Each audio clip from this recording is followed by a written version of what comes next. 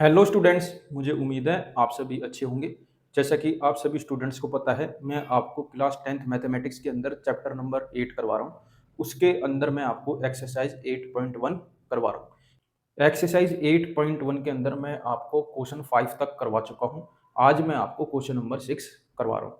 तो question number 6 आपकी screen के ऊपर ये रहा। सबसे पहले क्वेश्चन को रीड करते हैं। If angle A and angle B are acute angles such that cos A is equal to cos B, then show that angle A equal to angle B। ये हमें प्रूव करना है। तो हमने क्वेश्चन को अच्छे से रीड करा। रीड करने के बाद मुझे पता चला कि ये क्वेश्चन तो एग्जाम्पल नंबर 2 के जैसा है।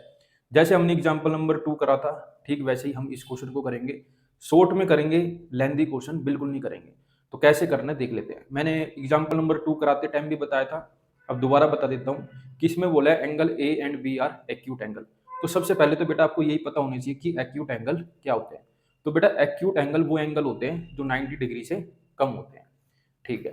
तो यहाँ पर कहीं भी नहीं बोला कि जो एंगल ए है और एंगल बी है वो अलग अलग ट्रायंगल से है, तो हम मानेंगे कि वो सेम ट्रायंगल से है।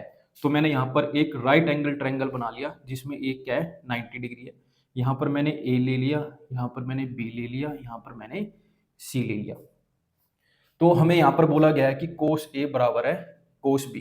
तो सबसे पहले तो आपको कोस का फॉर्मूला पता होना चाहिए। पंडित बद्री प्रसाद हर हर बोले सोना चांदी तोले, वहां से देखो मैंने यहाँ पर लिखा भी हुआ है।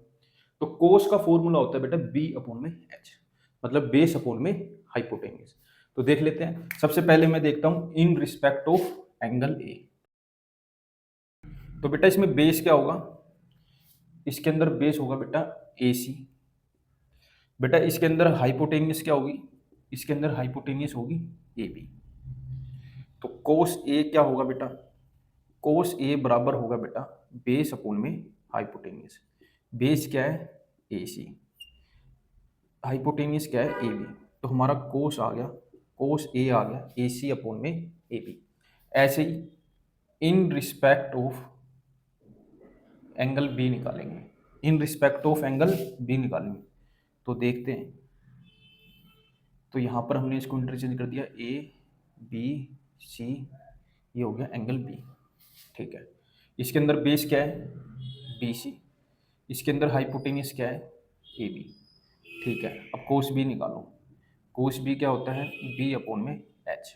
बी क्या है, इसके अंदर बी देखो क्या है बेटा बी सी, एच क्या है बेटा ए बी, ये क्या है कोस बी। और ये बात हमें अच्छे से गिवन है, क्वेश्चन के अंदर ये बात हमें गिवन है कि कोस ए बराबर है कोस बी के, ये बात हमें गिवन है। कोस ए बराबर है ए सी अपॉन में ए बी, कोस बी बराबर है बी सी अपॉन में ए बी। तो दोनों तरफ ए बी है तो ए बी से ए बी कट जाएगा, ये आ गया ए सी बराबर बी सी। तो अब हम इस वाले ट्रायंगल के अंदर देखेंगे ए सी कहाँ पर है, हमने देखी ये रही। फिर हम देखेंगे बी सी कहाँ पर है, हमने देखा ये रही। तो हमें ये बात अच्छे से पता है कि आइसोसेलेस ट्रायंगल के अंदर क्या होता है कि उसकी दो साइड बराबर होती है। जब दो साइडें बराबर होती हैं तो उसके सामने वाले एंगल भी क्या हो जाते हैं बेटा इक्वल हो जाते हैं। कहने का मतलब है जब दो साइड इक्वल होती हैं तो उसके सामने वाले एंगल भी क्या हो जाते हैं इक्वल हो जाते हैं। तो अब आपको ये देखना है ए सी के सामने कौन सा एंगल है। हमने देखा ए सी एरी, इसके सामने एंगल कौन सा है एंगल बी, ठीक है। बी सी कहाँ पर है बी सी एरी, इसके सामने कौन सा एंगल है एंगल ए। आप इसको सीधा करके लिख देना एंगल ए बराबर है एंगल बी के। यही बात हमें प्रूव करनी थी। तो लास्ट में हमें एक लाइन लिखनी है, वो लाइन लिख देते हैं।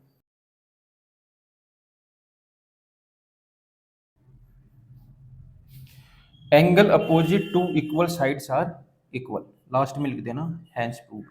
मुझे पूरी पूरी उम्मीद है बेटा ये क्वेश्चन मैंने कैसे किया आपको जरूर समझ आया होगा, और बिल्कुल लॉजिकल है बेटा ये, इसमें कुछ भी गलत नहीं है। बाकी जो इसके एग्जाम्पल में करवाया है वो बहुत ही ज्यादा लेंदी है।